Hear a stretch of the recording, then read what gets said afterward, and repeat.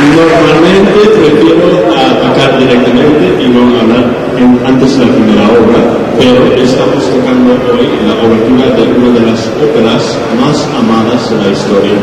Entonces quería aprovechar este formato de concierto para contaros un poco sobre esta ópera.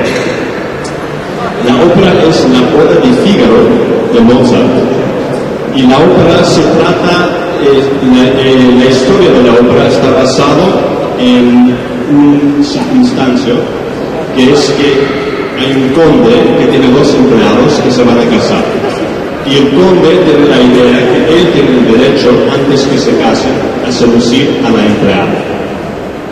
A través de esta circunstancia se van desarrollando escena después de escena, cada uno más absurdo que el anterior. Por un ejemplo, hay un momento en el cual hay una señora que está enamorada de Fígaro, el empleado, y está tratando de prohibir la boda, hasta que se da cuenta que Fígaro es su propio hijo. Un poco así se trata la obra, y se termina en un jardín con la empleada vestida como la mujer del conde, y la mujer del conde vestida como la empleada. Todos descubren todo lo que está pasando, se perdonan y se termina feliz, como una buena obra.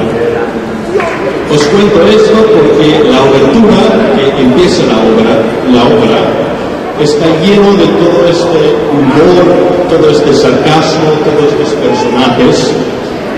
La ópera empieza con esos 4 minutos de música puramente de orquesta.